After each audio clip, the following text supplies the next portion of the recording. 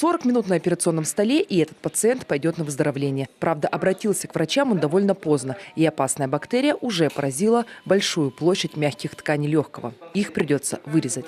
Сегодня подобные вмешательства проводят лишь в единичных регионах, в других субъектах просто не берутся оперировать больных с таким диагнозом. Так что тем, кто попал на больничную койку с туберкулезом именно в коме, можно сказать, повезло. Руки наших торакальных хирургов избавят организм от пораженных участков. Пролечили, сейчас прооперируем. Еще курс лечения 180 доз послеоперационный. И, в принципе, больной может ехать домой здоровым. Они еще определенное время стоят на учете, в последующем они переводятся в третью группу учета диспансерного.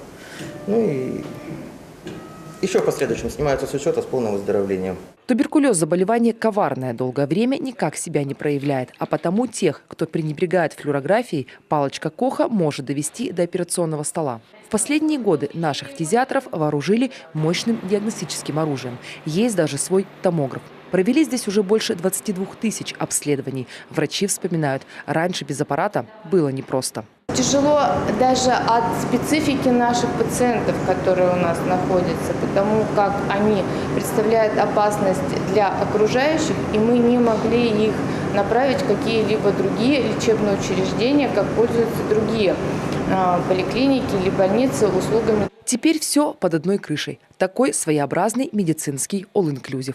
Изюминка диспансера – современная лаборатория. Последняя новинка – автоматизированная станция для выделения ДНК микобактерий туберкулеза. Установка помогает сэкономить время и поставить точный диагноз, а значит вовремя назначить правильное лечение. Раньше на это уходило до 3 месяцев. Сегодня чуть больше недели. Кроме нашей ПЦР-лаборатории, есть еще установки GenExpert для быстрой молекулярной диагностики в диспансерах Воркуты и Печоры.